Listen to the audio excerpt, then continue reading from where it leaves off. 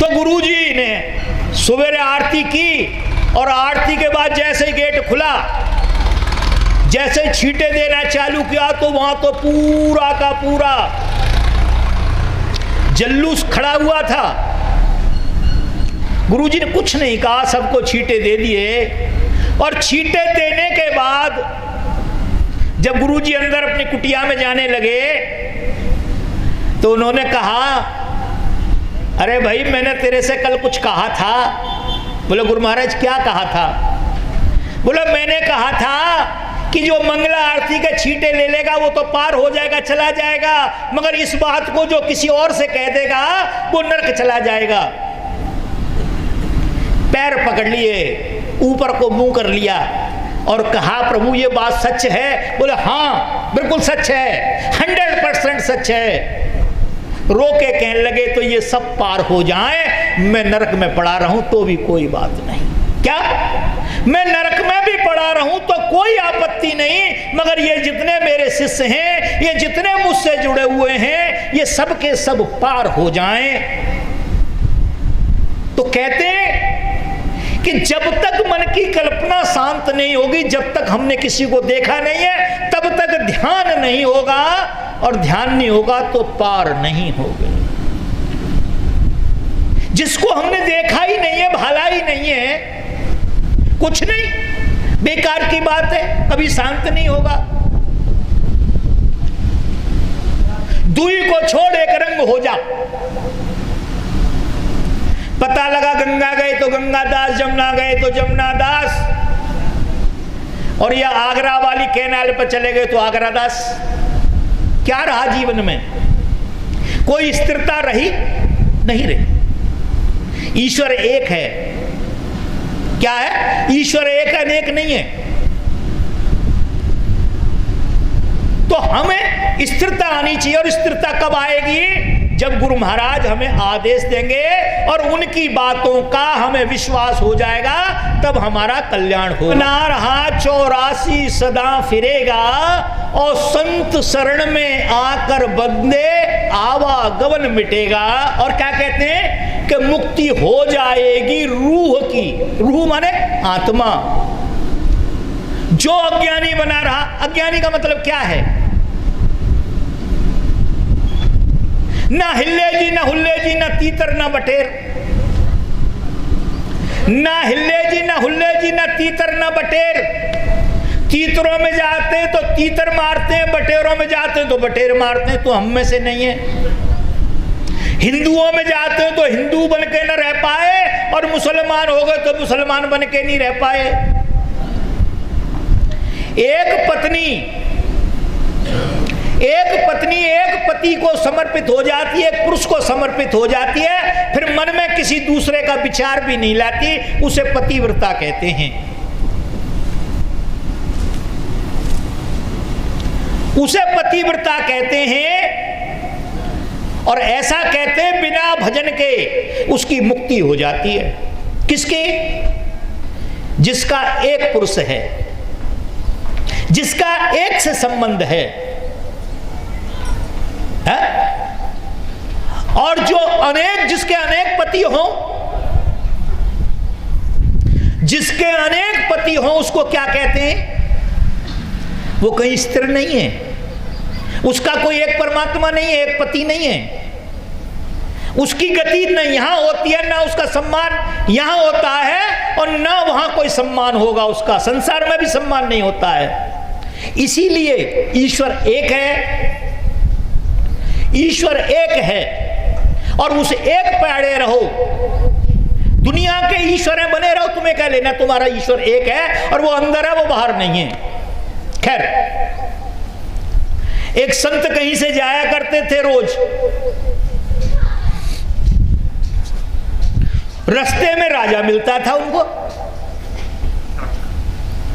बहुत दिन हो गए तो एक दिन राजा ने कहा, महाराज आप रोज आते हैं और रोज चले जाते हैं, बात नहीं करते, मेरी तरफ देखते भी नहीं, किसी की तरफ देखते ही नहीं। आप ब्रह्मानंद की मस्ती मस्त रह जाते हैं, आप उसमें झूमते हुए निकलते हैं।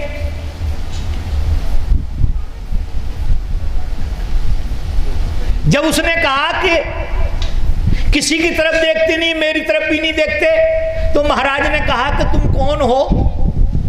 बोले मैं यहाँ राज्य का राजा हूं। हंसे, कहने लगे तुम राजा हो? बोले हाँ। पक्का तुम राजा हो? बोले हाँ जी मैं राजा हूं। तो इच्छाएं समाप्त हो गई तुम्हारी? बोले मतलब? बोले इच्छाएं समाप्त हो गई आपकी। बोले मैं समझा नहीं। बोले राजा उसे कहते हैं जो अपनी इंद्रियों पर राज करता है। महात्मा से पहले स्वामी लगता है। स्वामी उसे कहते हैं जो स्वयं को जान लेता है। क्या आपने अपनी इंद्रियों पे कब्जा कर लिया है? महाराज ऐसा तो नहीं है, तो हम तो राज चलाते हैं।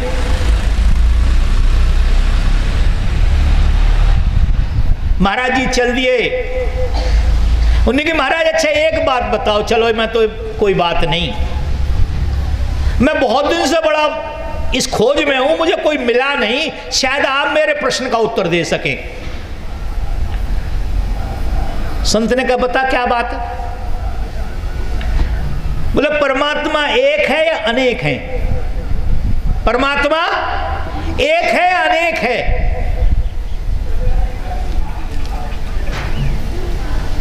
दूसरा, परमात्मा मिलता कैसे है? तीसरा, परमात्मा करता क्या है? संत ने कहा यार ये कोई पूछने की बात है, ये तो छोटा सा बच्चा भी जानता है। ये तो परमात्मा क्या है, क्या करता है, क्या खाता है, ये सब जानते हैं। बोले नहीं महाराज मैं नहीं जानता, मुझे बताओ। बोला आज बताऊं या कल? बोला कल बता दो या आज बता दो। बोला तो एक काम कर, कल छोड़ इतवार की कर लेते हैं। तू अपने राज्य के सब विद्वानों को, ज्ञानियों को, पंडितों को, साधुओं सबको बुला ले एक जगह। ठीक है जी। इतवार का टाइम रख दिया। संत पहुंच गए और संत ने कहा कि राजन पहला प्रश्न क्या था आपका कि परमात्मा एक है या अनेक? उन्होंने कहा अच्छा तो एक काम कर, एक थाल में कुछ असरफियां मंगा ले, कुछ मणियां मंगा ले, मणियां। राजा ने इशारा किया, एक थाल भर के मणियां आ गई। जब मणियां आ गई तो महाराज ने मणि उठाई, एक रख दी उठा करके, और जैसे दूसरी उठाई फिर उन्होंने कहा एक। राजा कहना दो हो गई। बोले दो कैसे हो गई? दो कैसे हो गई? देख एक है, आगे से देख ले, पीछे से देख ले, कहीं से भी देख ले, एक। बोले महाराज पहले भी तो रख दिया आपने। बोले पहले भी एक ही थी और अब भी एक ही है। ये 10-20 उठाई वो एक ही एक करते, घुमा फिरा कर जो एक एक एक। उन्होंने कहा इसी प्रकार से परमात्मा एक है।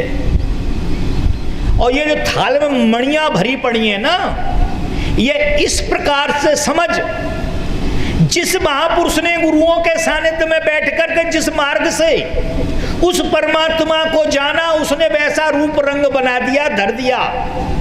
बाकी परमात्मा एक था, ये मार्ग अनेक बन गए। मणि तो एक है, मार्ग अनेक बन गए। इसी प्रकार से अनेक देवता देवी ये सब एक अनेक हो गए। राजा ने कहा बात तो ठीक है, ये तो बात ठीक है। दुई को छोड़ एक रंग हो जा। ये दुई जो है ना, इसे छोड़, दुई को छोड़ एक रंग हो जा, या सरासर मोम या फिर संग हो जा, या तो पत्थर हो जा या मोम हो जा। मोम हो जाएगा तो कहीं जल जाएगा, और संग हो जाएगा, पत्थर हो जाएगा तो कहीं लग जाएगा। अब तू ना मोम है ना पत्थर है, कुछ नहीं, ना हिल्ले जी ना हुल्ले जी, ना तीतर ना बटेर। खैर,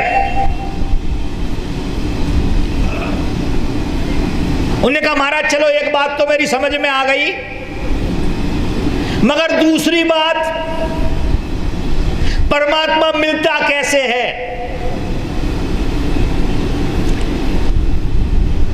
उन्होंने कहा अच्छा एक काम कर, तेरे घर में दूध तो होगा? बोले हाँ। एक कटोरे में दूध मंगा जल्दी से। एक कटोरे में दूध मंगाया, और जैसे ही दूध आया संत ने घुमाना चालू किया। संत ने जब घुमाना चालू किया, उसको आधा घंटा हो गया घुमाते घुमाते। राजा ने कहा महाराज क्या कर रहे हो?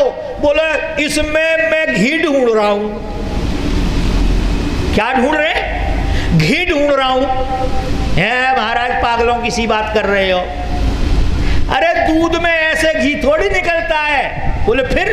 बोले क्रिया करनी पड़ती है, पहले दूध निकालना पड़ता है, फिर गर्म करना पड़ता है, फिर जमाना पड़ता है, फिर मिलाना पड़ता है, फिर उसको हीट देनी पड़ती है, फिर घी निकलता है, तब घी बनता है। गुरुजी ने दूध फेंक दिया और कहने लगे कि तेरे दूसरे प्रश्न का उत्तर यह है कि परमेश्वर जब मिलता है ना, कैसे मिलता है? तो वो क्रिया से मिलता है। किसी संत के पास जाना पड़ता है, किसी संत रूपी गाय के पास जाना पड़ता है, और विनम्रता रूपी दूध लाना पड़ता है। विनम्रता रूपी दूध लाना पड़ता है, और वैराग्य रूपी जामुन से उसे जमाना पड़ता है। वैराग्य रूपी जामुन से जमाना पड़ता है, और विचार रूपी मथनी से उसे मथना पड़ता है।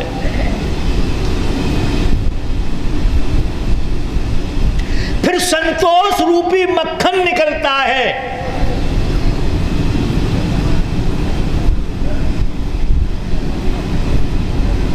फिर क्या करना पड़ता है? फिर योगा अग्नि में उसे तपाना पड़ता है। जो गुरु महाराज ने भजन करने का तरीका बताया है उसमें तपाना पड़ता, उसके बाद वो घी बनता है। तू पहले ही चाह रहा है, अब बता पहले कैसे आ जाएगा? राजा ने कहा महाराज ये भी बात सत्य हो गई, सही में दूध में घी तो होता है पर क्रिया से निकलता है। ऐसा ही परमात्मा सब जगह है, पर कोई संतों की बात मान लेता है तो कल्याण हो जाता, नहीं तो पागल की तरह घूमता रहता आदमी। अब महाराज तीसरी बात, बोले फिर परमात्मा करता क्या है? बोला बड़ा बेवकूफ आदमी है तू प्रसन्न कर रहा है, मैं उत्तर दे रहा हूं। ऐसे कैसे हो सकता है? जो प्रसन्न करता है वो नीचे बैठता है, और जो उत्तर देता है वो ऊपर बैठता है। अगर मान ले मैं नीचे बैठा हूं उत्तर दूं तो नीचे रह जाएगा, तेरे पास नहीं पहुंचेगा। बोले फिर क्या करूं मैं? बोले तू नीचे बैठा करके हाथ पैर धो और बैठ नीचे, मैं वहां बैठूंगा। संत ने क्या, वो राजा ने क्या करा, पट उतरा, हाथ पैर धोने चला गया, महाराज बैठ गए गद्दी पे। गद्दी पे बैठ गए और बैठ करके राजा ने कहा महाराज बताओ अब परमात्मा क्या करता है? उन्होंने की गधा तुझे अभी समझ में नहीं आई? अरे भगवान ये करता, परमेश्वर ये करता है, एक फकीर को राजा बना देता है और राजा को भिखारी बना देता है। अब से पहले तू राजा था और देख एक सेकंड में कहां बैठ गया जाकर के तू। परमात्मा किसी की जेब नहीं काटता है, परमात्मा किसी की जेब से पैसे निकलवा करके किसी की बुद्धि में डाल देता है कि फलानी जगह बटुआ पड़ा चल उठा ले। परमात्मा कसाई नहीं है। हमने गुरुजी, हमारी छोरी की शादी हुई थी, तब हमने जागरण बोल दिया, देवी हमसे बड़ी रुष्ट हो गई है। देवी तेरी मां जैसी है जो रुष्ट हो जाएगी? बहू ने पैर नहीं दबाए। या देवी कोई बाजारू औरत है कि पैसा पूरे नहीं मिले तो वो रिपोर्ट कराई जा करके?